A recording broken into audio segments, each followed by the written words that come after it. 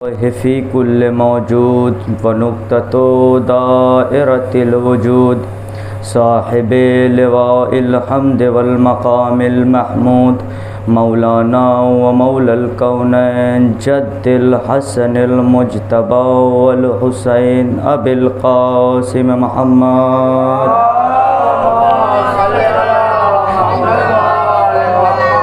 वाला अहले बैतिही तय्यबीन ताहिरीन मासूमीन मज़लूमीन वलानतुल्लाहि अला अदाइहिम अजमईन अम्मा बादो फ़क़त क़ाल अल्लाहु सुब्हानहु व तबारका व तआला व क़ौलुहुल हक़ बिस्मिल्लाहिर रहमानिर रहीम क़द जाकुम मिनल्लाहि नूरुम व किताबुम मुबीन। सलावत पढ़े मोहम्मद वाला पर।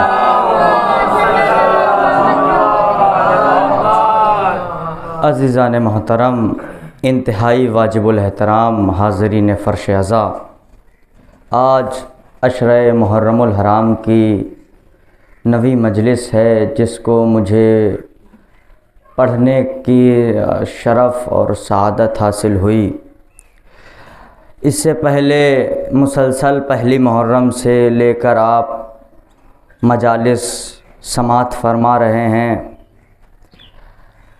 ये मेरी 5वीं तकरीर है। जनाब फ़ुज़ैल से रिवायत है। फ़ुज़ैल सहाबी हैं 6ठे इमाम के। देखिए, हमारे यहाँ जो सहाबियत का मेयार है वो सलमान, अबू ज़र, क़ंबर, मिक़दार, अम्मार यासिर, ये सब सहाबी जो हैं ये मौलाए कायनात के ज़माने में हैं, रसूल अकरम के ज़माने में हैं। लेकिन ये जो फ़ुज़ैल हैं ये 6ठे इमाम के ज़माने में हैं, 6ठे इमाम के सहाबी हैं। फ़ुज़ैल के बारे में चंद बातें आप जान लीजिए। फ़ुज़ैल के बारे में 6ठे इमाम फरमाते हैं कि अगर कोई इंसान ज़मीन पर जन्नती इंसान को देखना चाहे तो वो फ़ुज़ैल की ज़ियारत कर ले। अगर कोई इंसान ज़मीन पर जन्नती इंसान को देखना चाहे तो फ़ुज़ैल की ज़ियारत कर ले। ये कोई डॉक्टर या इंजीनियर साहब नहीं फरमा रहे हैं, कोई मौलवी साहब नहीं फरमा रहे जिन्होंने खुश होकर कह दिया। ये वो फरमा रहा है कि जिसकी ज़बां पे वही का ताला है, जिसके जद का कलमा पूरी उम्मत ने पढ़ा है। क्या फरमा रहा है कि जो चाहता है कि ज़मीन पे जन्नती इंसान की ज़ियारत करे वो फ़ुज़ैल को देख ले। यानी इसका मतलब क्या, कन्फर्म जन्नती हैं। फ़ुज़ैल से रिवायत है, फ़ुज़ैल आए 6ठे इमाम की खिदमत में, सलाम किया, मौला ने जवाब सलाम दिया। मौला ने सवाल किया है, फ़ुज़ैल क्या तुम मजलिसें करते हो? अपना मर्तबा समझिएगा, क्या तुम मजलिसें करते हो? तो फ़ुज़ैल ने कहा, जी मौला मैं मजलिसें करता हूँ। तो मौला ने कहा कि फ़ुज़ैल मुझे मजलिसों से बड़ी मोहब्बत है। कहा क्यों मौला? कहा इसलिए इन मजलिसों में हमारे अम्र को ज़िंदा किया जाता है। मेरी पहली मजलिस, पहली तकरीर का जुमला भी यही था कि अम्र को ज़िंदा करो। वही आखिरी तकरीर का भी मेरा जुमला वही है। क्या कहा कि इन मजलिसों में हमारे अम्र को ज़िंदा किया जाता है, हमारे तज़किरे को ज़िंदा किया जाता है, हमारे फ़ज़ाइल को ज़िंदा किया जाता है, हमारे मसाइब को ज़िंदा किया जाता है। अगर ये मजलिसें न होती तो दुनिया को ये न पता चलता कि आले मोहम्मद के फ़ज़ाइल क्या हैं और आले मोहम्मद के मसाइब क्या हैं। यही वजह है कि दुनिया ने तमाम तर दौलत खर्च कर दी इस मजलिस को बंद कराने में। इस मजलिस का मुख्तसर खुलासा ये है कि कुछ देर फ़र्ज़ कीजिए ये मजलिसें ना हो, सारा जहां हुसैन का कातिल दिखाई दे। सलावत पढ़े मोहम्मद व आले मोहम्मद पर।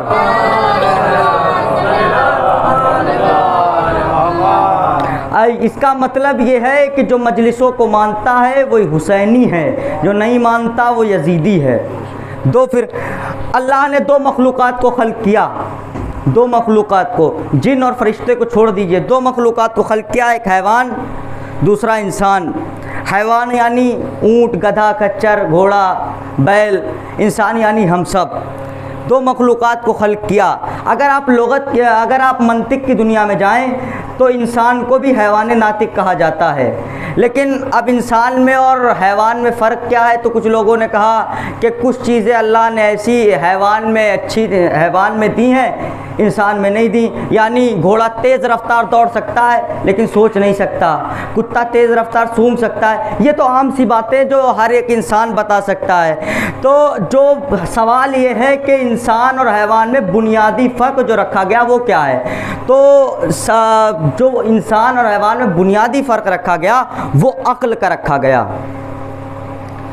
जहाँ अक्ल पाई जाती है वहाँ इंसानियत है, जहाँ अक्ल नहीं पाई जाती वहाँ हैवानियत है। अज़ीज़ान मोहतरम, दो चीज़ें रखी, एक अक्ल रखी इंसान के अंदर। अक्ल होना और ना होने में क्या फ़र्क है? अगर अक्ल इंसान के अंदर अक्ल है, अगर इंसान अपनी जिनसे मुखालिफ को देखेगा तो वो फ़ौरन उसको पाने की कोशिश नहीं करेगा। लेकिन हैवान क्या ऐसा नहीं है। हैवान अगर अपनी जिनसे मुखालिफ को देखता है तो फ़ौरन उससे अपनी जिस्मानी ख्वाहिशात पूरी करना चाहता है। लेकिन इंसान के यहाँ ऐसा नहीं है। इंसान देखता है तो वो ये देखता है, देखिए इंसान के पास जो अल्लाह ने अक्ल का ज़ेवर दिया इंसान को, इंसान के पास कोई दूसरी चीज़ नहीं जिस पे वो फ़ख्र करे। आज जो इंसान हवाओं में फ़ज़ाओं में जिसने चांद पे अपने नक्शे कदम छोड़ दिए, ये एक चीज़ के बिना पर, अक्ल की बिना पर। अक्ल चाहे तो इंसान को हर चीज़ पे काबू दे दे। आपको मालूम है हाथी कितना बड़ा ताकतवर इंसान है, हाथी कितना ताकतवर जानवर है। अगर इंसान चाहे अपनी ताकत की बिना पर उस हाथी को स्टूल पे बिठा दे, जैसा कि आपने देखा है। सलावत पढ़े ना मोहम्मद वाले मोहम्मद पर। एक कदम और शेर कितना खूंखार है, इंसान से भी ज़्यादा खूंखार है। अगर इंसान अपनी अक्ल का इस्तेमाल करे तो कभी शेर को आग के दायरे से इधर गुजारे, कभी उधर गुजारे। अक्ल, अब अल्लाह ने जो इंसान को अक्ल बख्शी तो इंसान के कदमों में हया की बेड़ी डाल दी। इंसान के कदमों में हया की बेड़ी डाल दी। जिसके पास अक्ल हो, जहाँ अक्ल होगी वहाँ हया भी होगी। अक्ल की बेड़ी डाल दी और कहा खबरदार, अगर तुम्हारे घर में 5 औरतें हैं तो पांचों बराबर नहीं हैं। बीवी और है, माँ और है, बीवी और है, बहन और है, बीवी और है, खाला और है, बीवी और है, फूफी और है, बीवी और है, भांजी और है, बीवी और है, भतीजी और है। यानी पांचों बराबर नहीं। इसका क्या मतलब? इंसान माँ से शादी नहीं कर सकता, इंसान बहन से शादी नहीं कर सकता, इंसान फूफी से शादी नहीं कर सकता। अब कहेंगे दलील क्या है? तो मैं आपको वो दलील देता हूँ जो अल्लाह ने कुरान में दी। क्या? वहुर्रिमत अलैकुम उम्महातिकुम व इख्वातिकुम व खालातिकुम व बनातिकुम, हमने तुम पर तुम्हारी माएँ, तुम्हारी बहनें, तुम्हारी फुफियाँ, तुम्हारी खालाएँ, तुम्हारी भांजियाँ, तुम्हारी भतीजियाँ, यहाँ तक कि तुम्हारी दूध पिलाने वाली दाइयाँ तुम पर हराम करार दी हैं। यानी क्या मतलब? इंसान अपनी माँ से शादी नहीं कर सकता, बहन से शादी नहीं कर सकता, फूफी से शादी नहीं कर सकता, दाई से शादी नहीं कर सकता। अब ये जो कुरान, ये जो पैगाम कुरान का है वही पैगाम रसूल का भी है। क्या मतलब? रसूल ने कहा खबरदार, माँ से शादी न करना, बहन से शादी न करना, फूफी से शादी न करना, खाला से शादी न करना, भांजी से शादी न करना, भतीजी से शादी न करना, यहाँ तक कि दूध पिलाने वाली दाई से शादी न करना। हद ये हो गई। रसूल ने ये कहा अगर कोई औरत शादीशुदा है तो शादीशुदा से भी शादी न करना। ये कहा ना, शादीशुदा से भी शादी न करना। क्या कहा रसूल ने? अब रसूल की ज़िंदगी के 50 साल के बाद, रसूल के मरने के 50 साल के बाद यजीद जैसा फासिक व फाजिर इंसान मिंबर पे आया। उसने कहा कि कोई कुरान नहीं आया, कोई इस्लाम नहीं आया, कोई नबी नहीं आया, कोई फरिश्ता जिब्रील नहीं आया। ये सब आले मोहम्मद का, बनी हाशिम का एक ढोंग था कि उन्होंने जो हुकूमत हासिल करने के लिए रचा था, इक़्तिदार हासिल करने के लिए रचा था। एक कदम और आगे बढ़ के कहा खबरदार, कोई मामा नहीं है, एक औरत है, कोई बहन बहन नहीं है, एक औरत है, कोई फूफी वूफी नहीं है, एक औरत है, औरत एक औरत है। अब यजीद तो बेवकूफ़ था, उसको ये नहीं मालूम था। उसने तो यही समझा था कि रसूल अपने पास सिर्फ कुरान छोड़ के गए हैं, कुरान है सामित, कुरान न टोकेगा, कुरान न रोकेगा। लेकिन उस अक्ल के अंधे को ये नहीं मालूम था रसूल अपने पास 2 चीज़ें छोड़ के गए, एक किताब, दूसरे साहिबे किताब। सलावत पढ़े मोहम्मद वाले मोहम्मद पर। दो चीज़ें छोड़ के गए, एक किताब, दूसरे वारिसे किताब। जब किताब पे हमला होगा तो वारिसे किताब क़याम करेगा। अब यजीद ने कहा कोई माँ वहाँ नहीं है, औरत है, कोई बहन वहन नहीं, औरत है। अब इधर इमाम हुसैन मदीने में खड़े हुए। इमाम ने कहा यजीद ख़बरदार, हलाल मोहम्मदी क़यामत तक हलाल रहेगा, हराम मोहम्मदी क़यामत तक हराम रहेगा। हाँ ख़बरदार, माँ क़यामत तक माँ रहेगी, बहन क़यामत तक बहन रहेगी, फूफी क़यामत तक फूफी रहेगी, जो रिश्ता है वो क़यामत तक बाकी रहेगा। अब यजीद ने कहा, अब आपको मालूम हो गया यजीद की सोच और हुसैन की सोच। यजीद की सोच क्या है? कोई माँ वहाँ नहीं है, एक औरत है, कोई रिश्ता नहीं। हुसैन की सोच क्या? माँ क़यामत तक माँ है, बहन क़यामत तक बहन है। अब पहला जुमला आपकी खिदमत में सर्व करने जा रहा हूँ। अब आपसे कोई अगर ये कहे, आप किसी से शिकवा ना करें कि फ़लाँ हुसैन को क्यों नहीं मानता, फ़लाँ हुसैन को क्यों नहीं मानता, फ़लाँ मजलिसों को क्यों नहीं मानता, फ़लाँ अब्बास के अलम के साए में क्यों नहीं आता। याद रखिएगा, जो माँ को माँ मानेगा वो हुसैन को हुसैन मानेगा। जो माँ को माँ मानेगा वो हुसैन को हुसैन मानेगा। किसी से ना कहिए, किसी से शिकवा ना कीजिए, क्योंकि उसको उसकी कब्र में जाना है, हमें हमारी कब्र में जाना है। वो जब मर के जाएगा उसको पता चल जाएगा हमने हुसैन को छोड़ के क्या पाया, हमने हुसैन को छोड़ के क्या खोया, हमें पता चल जाएगा हमने हुसैन को मान के क्या पाया। अज़ीज़ान मोहतरम, दो सोचें हैं ना। अब आजकल क्या होता है, मुहर्रम का जैसे ही चांद नमूदार हुआ तो टीवियों पे छोटे छोटे मुफ्ती, आजकल तो छोटे छोटे भी आने लगे, छोटे छोटे मुफ्ती आ जाते हैं, कहते हैं इमाम हुसैन को क्या ज़रूरत थी, जब मालूम था इमाम थे, शहीद होना है तो अकेले करबला चले जाते, अकेले करबला चले जाते। उम्मे अपने ज़ैनब को क्यों ले गए, उम्मे फरवा को क्यों ले गए? अगर इन्हें ले जाते नहीं तो बेरिदाई होती क्यों, चादरें छिनती क्यों? ये कहा ना। आप अब मैं कुरान की आयत सुनाऊँ, व हुर्रिमत अलैकुम उम्महातिकुम व इख्वातिकुम व खालातिकुम व बनातिकुम, हमने तुम पर तुम्हारी माएँ, तुम्हारी बहनें, तुम्हारी फुफियाँ, तुम्हारी खालाएँ, तुम्हारी भांजियाँ हराम करार दी हैं। यानी कुरान ने जितने भी रिश्ते पाक बताए थे, हुसैन चुन चुन कर उन सबको करबला में ले गए। कुरान ने कहा माँ पाक, हुसैन ने कहा अली अकबर की माँ चलो, कुरान ने कहा फूफी पाक, हुसैन ने कहा ज़ैनब चलो, कुरान ने कहा बहन पाक, हुसैन ने कहा ज़ैनब चलो, कुरान ने कहा भतीजी पाक, हुसैन ने कहा फातिमा बिनते हसन चलो, कुरान ने कहा दाई पाक, हुसैन ने कहा अम्मा फिज़ा चलो, कुरान ने कहा दाई पाक, हुसैन ने कहा अम्मा फिज़ा चलो, कुरान ने कहा बेटी पाक, हुसैन ने कहा सुकैना चलो। यानी जो भी जितने भी रिश्ते हुसैन करबला में ले गए सब पाक, जिन्हें उनको ले गए जिन्हें कुरान ने पाक बताया था।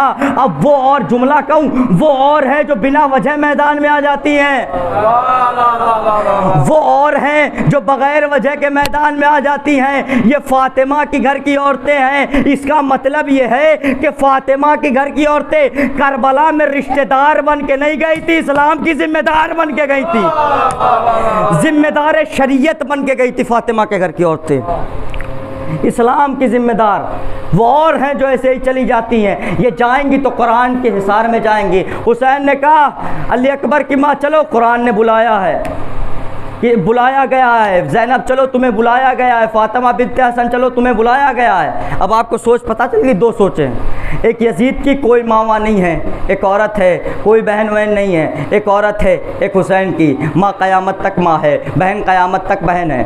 दो सोच हैं, पता चल गई। यजीद का नज़रिया भी अलग है, हुसैन का नज़रिया भी अलग है। और रसूल ने क्या फरमाया था, इंसान शादीशुदा से भी शादी नहीं कर सकता।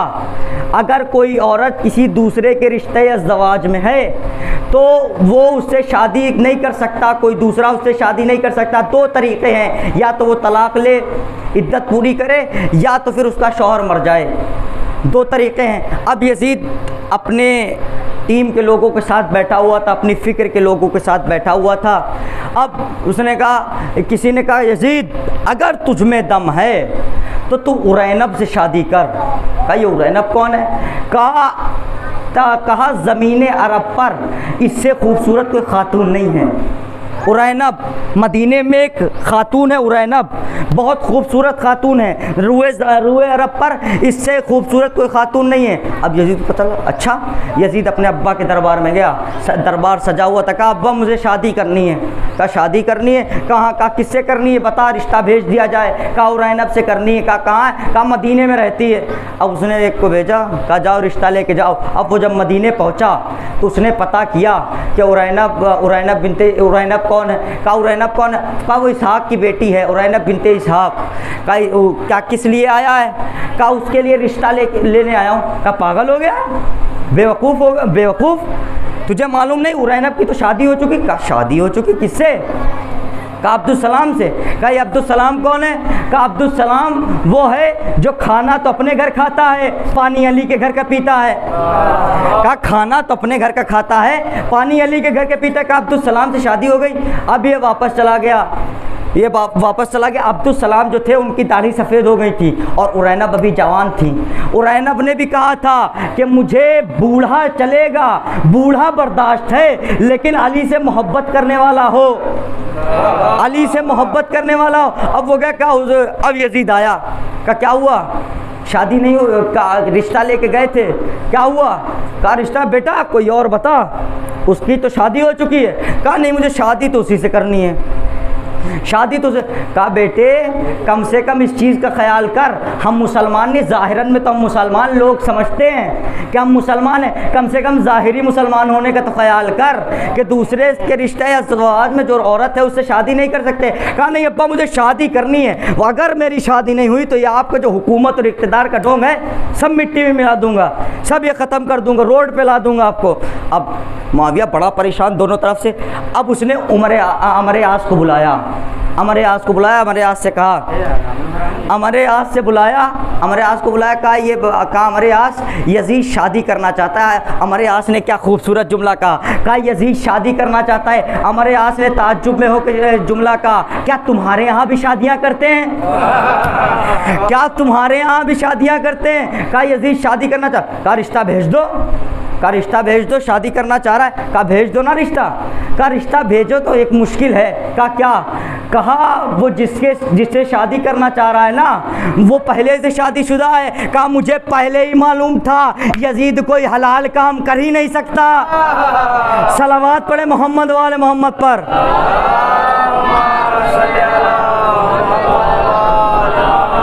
यजीद कोई हलाल काम कर ही नहीं सकता। कहा अच्छा का रिश्ता भेज दो। कहा नहीं रिश्ता भेजा तो वो वापस आ गया, उसकी शादी हो गई। कहा कुछ भी कर इसकी शादी करवाना है, इसलिए वरना ये हमारी हुकूमत बड़े ख़तरे में है, इसकी शादी करवाना है। तो अमर आस ने कहा कि कुछ सोच के बताता हूँ। वो थोड़ी देर बाद गया, फिर वापस आया और उसने कहा हुकूमत का लेटर पैड निकलवाओ। हुकूमत का लेटर पैड निकलवाया गया।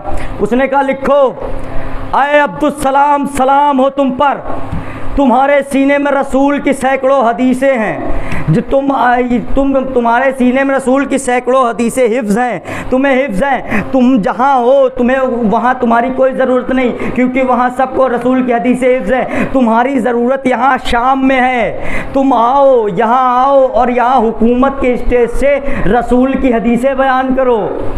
अब कहा लिख दिया गया ख़त, कासिद पहुँचा, हमारे अब्दुल सलाम को ख़त मिला, अब्दुल सलाम ने पढ़ा। अब अब्दुल सलाम अपनी बीवी के पास गया, कहा ये देखो हुकूमत शाम की तरफ से मेरे पास ख़त आया है, उन्होंने मुझे हदीसें बयान करने के लिए बुलाया है, क्या मैं चला जाऊँ? तो उरैनब ने एक जुमला कहा मौला से मशवरा कर लो, अगर मौला इजाज़त दे तो चले जाना। कहा मौला से मशवरा कर लो। कहा नहीं, कहा मौला को सरप्राइज़ दूंगा। सरप्राइज़ दूंगा मतलब? कहा जब मैं यहाँ से चला जाऊँगा और वहाँ पहुँच जाऊँगा तो ख़त लिखूँगा और कहूँगा मौला मैं यहाँ आया हूँ हदीसें बयान करने के लिए, मौला को सरप्राइज़ दूंगा। कहा अच्छा। कहा मौला, कहा ठीक है। कहा मैं चला जाऊँ? कहा चले जाओ, तुम मालिको मुख्तार हो, हाकिम हो खुद, चले जाओ। अब अब्दुल सलाम निकला और उरैनब ने इन्ना लिल्लाह कह के दरवाज़ा बंद कर लिया। अब्दुल सलाम निकला। अब उस ज़माने में एक काफ़िले के एक मंजिल आगे एक आदमी चलता था जो ख़बर देता था कि आगे का माहौल क्या है, पीछे का माहौल क्या है। अब एक मंजिल पहले एक आदमी पहुंच गया दरबार में, हुजूर आ रहा है अब्दुल सलाम। अब हमारे यहाँ से कहा अब्दुल सलाम आ रहा है। हमारे यहाँ ने कहा जाओ बादशाह से कह दो जाके, खलीफा से कह दो जाके कि गेट पे खड़ा हो जाए इस्तकबाल के लिए हमारे यहाँ के। अब देखा क्या, बादशाह खड़ा हो गया, जाके गेट पे खड़ा हो गया हमारे आस के इस्तकबाल के लिए। अब हमारे अब्दुल सलाम के इस्तकबाल के लिए अब्दुल सलाम ने जो देखा, सामने पूरी कैबिनेट खड़ी है, खलीफा खुद खड़ा, चौड़ा हो गया है, मैं खलीफा मेरे इस्तकबाल के लिए आया है। कहा चलो, कहा चलिए हुजूर आराम कीजिए। अब मुआविया ने एक हुक्म किया कि जब भी अब्दुल सलाम आए तो सब जितने भी दरबार में लोग हैं सब उसके इस्तकबाल में खड़े हो जाना, उसकी ताज़ीम में खड़े हो जाना। अब अब्दुल सलाम जैसे ही आया सब खड़े हो गए, बादशाह भी खड़ा हो गया, अरे इतनी इज्जत मेरी, बादशाह भी खड़ा हो गया। इसको मालूम नहीं था आगे होने क्या वाला है, कहा खड़ा हो गया। अब अब्दुल सलाम आया, अब्दुल सलाम उस कुर्सी पे बैठा जो बादशाह के बिल्कुल बगल में पड़ी हुई थी। अब क्या हुआ, पहले दिन हदीस बयान की, दूसरे दिन, तीसरे दिन, एक हफ्ते, 2 हफ्ते। अब हमारे आस ने कहा हुजूर अब दूसरा कदम बढ़ाइए। कहा क्या, अब आप जब तक खाना नहीं खाएंगे जब तक अब्दुल सलाम ना आ जाए। कहा अब्दुल सलाम ना आ जाए जब तक। कहा ठीक है। उसने कहा कि हम जब तक खाना नहीं खाएंगे जब तक अब्दुल सलाम नहीं आएंगे। अब बादशाह अब्दुल सलाम के साथ खाना भी खाने लगा। अब्दुल सलाम बड़ा खुश कि मेरी इतनी इज्जत, इतना रुतबा, हुकूमत इक़्तिदार दिख रहा था, अब खुश। अब कहा हुजूर अब आप जो भी काम करें उसमें अब्दुल सलाम का मशवरा ज़रूर लें, बग़ैर अब्दुल सलाम के मशवरे के कोई काम ना करें, कोई काम ना करें। अब मशवरा भी लिया जाने लगा। अब कहा, अब एक दिन हमारे आस बागीचे में, हदीक़े में टहल रहा था, अब्दुल सलाम आया। अब हमारे आस ने कहा ओए माशाअल्लाह हुजूर आप तो इतने बड़े हो गए कि अब बादशाह आपके बगैर खाना नहीं खाता, आपसे बगैर मशवरा किए कोई काम नहीं करता, आप तो बड़े ऊंची पोस्ट पे जा रहे हैं। कहा बस ऐसे ही बस हो जाता है, क्या किया जाए, अब इसे मालूम नहीं था आगे क्या होना है। कहा हुजूर एक बात बताऊं, का ये हुकूमत आपकी हो सकती है अगर आप इस दोस्ती को रिश्तेदारी में बदल लें। का क्या मतलब रिश्तेदारी में बदल लें? कहा आप ऐसा करें, आप बादशाह की बेटी से निकाह कर लें, बादशाह की बेटी से निकाह कर लें। कहा निकाह कर ले? का मैं सोच के बताऊंगा। अब पहला दिन हुआ, दूसरा दिन, तीसरा दिन अब्दुल सलाम खुद हमारे आस के खैमे में पहुंच गया, हमारे आस के हुजरे में पहुंच गया। कहा हुजूर आप शादी कर ले, बादशाह की बेटी से शादी कर लें। कहा उसका तो यजीद वारिस मौजूद है। कहा यजीद पीता इतनी है कि वो बादशाह की ज़िंदगी में लुढ़क जाएगा, आप कर ले, लिहाजा हुकूमत आपकी तरफ आएगी। कहा लेकिन मेरी तो शादी उरैनब से हो गई है। कहा इस्लाम ने क्या दूसरी को मना किया है? इस्लाम ने तो 4 का हुक्म दिया है, दूसरी कर लो। कहा ठीक है मैं शादी करूँगा। अब क्या हुआ, अब ये कह के हमारे यहाँ गायब, हफ्तों नहीं मिला, हफ्तों हमारे यहाँ नहीं मिला। अभी अब्दुल सलाम हमारे यहाँ को ढूंढ रहा है कि हमारे यहाँ गया कहाँ। अब एक दिन हमारे यहाँ मिला तो अब्दुल सलाम ने कहा हमारे यहाँ क्या हुआ, वो जो बात हुई थी क्या हुआ उसका? कहा एक गड़बड़ हो गई, मान तो सब गए, बादशाह भी राज़ी, सब राज़ी, एक गड़बड़ हो गई, जो लड़की है वो राज़ी नहीं। क्या मतलब? कहा उस लड़की ने कहा कि एक न्याम में 2 तलवारें नहीं रह सकती, एक न्याम में 2 तलवारें नहीं रह सकती। क्या मतलब? कहा तुम्हें पहले उरैनब को तलाक देना होगा। कहा मैं उरैनब को तलाक नहीं दूँ, इतनी हसीन व जमील औरत, इतनी बाकिरदार औरत, उसे तलाक नहीं दूँगा। तो उसने अब हमारे आस ने कहा कि ये या सोच लो, ये खूबसूरती ज़्यादा दिन नहीं टिकती, उम्र के साथ चली जाती है, ढल जाती है, दौलत हमेशा रहेगी। अब इसे तो हुकूमत इक़्तिदार नज़र आ रहा था। कहा ठीक है मैं तलाक दे दूँगा, मैं तलाक दे दूँगा। कहा पहले दीजिए, पहले दीजिए। अब तलाक पढ़वाया गया, इनका दस्तखत हुआ। अब हमारे आस को कहा गया, अब मुआविया ने कहा हमारे आस को कि पहले ये जो पेपर हैं तलाक के, ये उरैनब के पास जाएंगे, उरैनब इन पे दस्तखत करेगी। अब प्लान बनाया गया हमारे आस को भेजने का। तो बादशाह ने कहा कि जैसे ही हमारे आस तुम जैसे ही उरैनब को तलाकनामा दोगे, उरैनब देख के रोने लगेगी, उरैनब देख के रोने लगेगी, जैसे ही रोए उसको तुम छुपाना, उसको कहना कि चुप हो जाओ, या उससे कहना चुप हो जाओ। बड़े अजीब है, यही कहा कि चुप हो जाओ, ये नहीं कहा कि बीबी रोना बिदत है। यही कहना कि चुप हो जाओ, ये नहीं कहा रोना बिदत है, कहा उसको चुपाना और फौरन उसे रिश्ता देना यजीद का। कहना कि वे बीबी रो मत, ये सब चलता रहता है, उतार चढ़ाव तो आते रहते, मैं तुम्हारे लिए एक रिश्ता लेके आया हूँ। किसका रिश्ता लेके आया हूँ? उसका रिश्ता लेके आया हूँ जो खलीफतुल मुस्लिमीन का बेटा है, उसका रिश्ता लेके आया हूँ जो कातिबे वही इलाही का बेटा है, उसका रिश्ता लेके आया हूँ जो सहाबी रसूल का बेटा है। ये कहना वो रिश्ता फ़ौरन कबूल कर लेगी। कहा ठीक है, एक सलवात पढ़े मोहम्मद वाले मोहम्मद पर।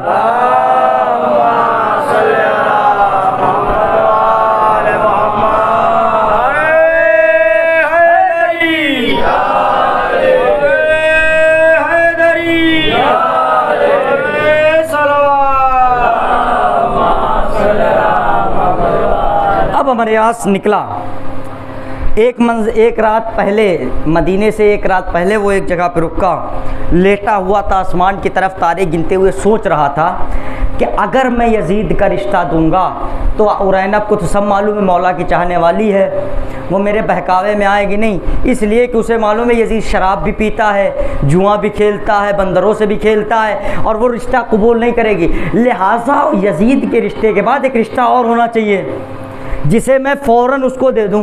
तो उसने सोचा किसका रिश्ता दिया जाए, तो उसने गौर किया कि इस रिश्ते में यजीद के बाद सबसे ज़्यादा मेहनत मैंने की है, तो लिहाजा यजीद के बाद दूसरा रिश्ता मैं अपना दूंगा। ठीक है। अब सुबह हुई, अमर यास चला।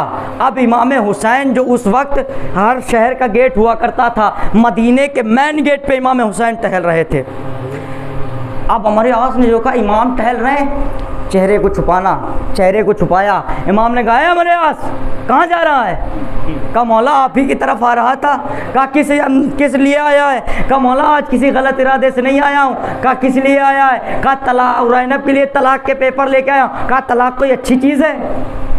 तलाक कोई अच्छी चीज़ है? कहा मौला लेकिन वो तो उरैनब ने कहा अच्छा। कहा और किस लिए आया है? कहा मौला यजीद का रिश्ता लेके आया हूँ।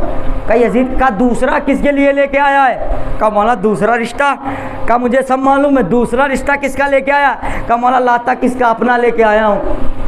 कहा ऐसा कर, 2 रिश्तों के बाद एक रिश्ता और देना, एक तीसरा रिश्ता जोड़ लेना। कहा मौला ये तो मालूम है पहला यजीद का, दूसरा मेरा, ये तीसरा किसका? कहा तीसरा रिश्ता मेरा, तीसरा रिश्ता तू मेरा देना जाके उसे। कहा अच्छा मौला। कहा चले। अब इसने कहा कि कुछ भी हो जाए, इसने कहा लेकिन कुछ भी हो, लेकिन इमाम हुसैन को तो सब पता चल गया कि मैं वहाँ से आया, मैं किसका रिश्ता लेके आया हूँ, तलाक के कागजात लेके आया हूँ, लेकिन मैं कुछ भी हो जाए, इमाम को चाहे मालूम हो जाए, लेकिन मुझे 2 रिश्तों के बाद तीसरा देना ही नहीं है, मैं तीसरा रिश्ता दूंगा ही नहीं, चाहे कुछ भी हो जाए। इमाम से कह दूंगी मैंने दे दिया, कुछ भी हो जाए। अब ये पहुंचा, इसने दक्कुल बाब किया, दरवाज़ा खटखटाया। अब अंदर से आवाज़ आई, कौन? अमर यास ने कहा कि मैं अमर यास हूँ और खलीफतुल मुस्लिमीन की तरफ से आया हुआ हूँ। उसने तलाक के कागजात दिए। अमर यास इंतज़ार कर रहा है कान लगाए हुए, कब रोने की आवाज़ आए। अंदर से रोने की आवाज़ नहीं आई। अमर यास ने कहा बीबी आपका तो तलाक हो गया, आपको तो रोना चाहिए, अफसोस करना चाहिए। उसने उरैनब ने कहा मुझे तो पहले ही से पता था यही होना है, क्योंकि जिस चीज़ का मशवरा अली से ना हो उसका अंजाम बुरा ही होता है, उसका अंजाम बुरा, मुझे मालूम था यही अंजाम होना है। कहा बीबी, कहा आप परेशान न होइए, मैं दूसरा रिश्ता भी लेके, एक रिश्ता आपके लिए लेके आया हूँ। कहा किसका रिश्ता? कहा मैं खलीफतुल मुस्लिमीन के बेटे का रिश्ता लेके आया हूँ, कातिबे वही इलाही के बेटे का रिश्ता लेके आया हूँ, सहाबी रसूल के बेटे के रिश्ते लेके आया हूँ, बादशाह शाम के बेटे का रिश्ता लेके आया हूँ। कहा अच्छा। कहा दूसरा किसका? कहा नहीं। कहा दूसरा किसका? कहा दूसरा मेरा, मैं अपना रिश्ता लेके आया हूँ। कहा तीसरा? कहा बीबी तीसरा रिश्ता? सिपाही ने कहा देखो मैं कह रहा था बता देना, पहले ही मालूम हो गया कि तीसरा रिश्ता भी लेके आए हो। कहा तीसरा रिश्ता किसका लेके आए हो? कहा तीसरा रिश्ता लाते किसका? हुसैन का लेके आए। कहा हुसैन का लेके आए। कहा अच्छा। कहा मुझे डिसाइड करना है कि मैं किससे शादी करूं। कहा अमर यास मैं पहली मर्तबा आ जाइए मौलाना सलवात पढ़े मोहम्मद वाले मोहम्मद पर। कहा डिसाइड करना है कि किसका रिश्ता ले। कहा हमारे आस तू भरोसे के काबिल तो नहीं है, भरोसा करने के लायक तो नहीं है, लेकिन मैं ज़िंदगी में तुझ पे पहली और आखिरी मर्तबा भरोसा कर रही हूँ। तारीख़ भी ये लिखेगी कि मैंने तुझ पे भरोसा किया, मैं तुझ पे भरोसा एतमाद कर रही हूँ। तू ही बता कि मेरे लिए इनमें से किसका रिश्ता बेहतर है, किसका रिश्ता बेहतर है। का बीबी मैं आपको सोच के बताता हूँ। अब हमारे यास रोड पे टहल रहा है, बड़ी देर रोड पे टहला। हमारे यास थोड़ी देर बाद आया, कहा बीबी आज मैं ज़िंदगी में पहली मर्तबा और आखिरी मर्तबा सच बोल रहा हूँ। इसके पहले न मैंने सच बोला न इसके बाद सच बोलूँगा।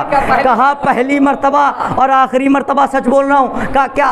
कहा बीबी अगर आपको सिर्फ दुनिया चाहिए तो यजीद से शादी कर लीजिए। कहा सिर्फ दुनिया चाहिए तो यजीद से शादी कर लीजिए। कहा ये बात तो सही है। कहा आपको मालूम है यजीद बंदरों से खेलता है, शराब पीता है, जुआ खेलता है, हराम काम करता है, तमाम हराम काम करता है। यजीद के पास सिर्फ दुनिया ही दुनिया है, आखिरत के नाम पे ठेंगा है। सिर्फ आपको दुनिया चाहिए तो यजीद से कर लीजिए। कहा अच्छा। कहा अगर सिर्फ आपको आखिरत चाहिए तो हुसैन से कर लीजिए। आपको आखिरत चाहिए हुसैन से कर लीजिए। कहा ठीक है, ये मालूम है कि अगर मेरे पास दुनिया तो बहुत है, आखिरत। कहा अच्छा ये बता वो सब छोड़, तुझसे करने का मेरा क्या फ़ायदा है। कहा बीबी अगर ना आपको दुनिया चाहिए ना आखिरत चाहिए तो मुझसे कर लीजिए। कहा क्या मतलब। कहा ये तो समझ में आया कि यजीद से करूँगी तो सिर्फ दुनिया मिलेगी, हुसैन से करूँगी तो आखिरत मिले, आखिरत बखैर होगी। लेकिन ये क्या, न तेरे हाथ दुनिया आई ना आखिरत आई, आखिर तूने क्या अमल किया।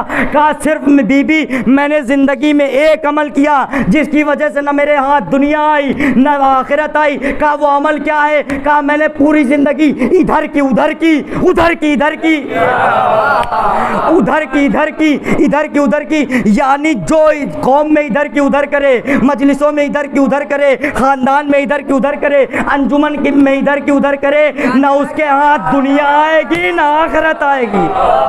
सलावत पढ़े मोहम्मद वाले मोहम्मद पर।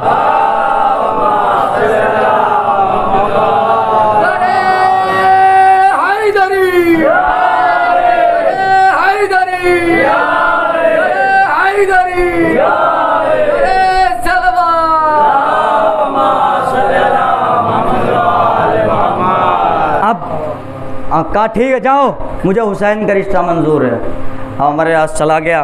अब जैसे ही पहुँचा यजीदा, क्या हुआ। कहा होता क्या, हुसैन इब्ने अली का रिश्ता कबूल कर लिया। कहा हुसैन इब्ने अली का रिश्ता किसने भेजा था। अब ग़ुलाम ने कहा, सिपाही ने कहा भेजा क्या, इन्होंने तो दिया जाके था। कहा हुसैन इब्ने अली का रिश्ता। कहा हाँ वो उन्होंने कबूल कर लिया, हुसैन मुझे दर पे मिल गए थे।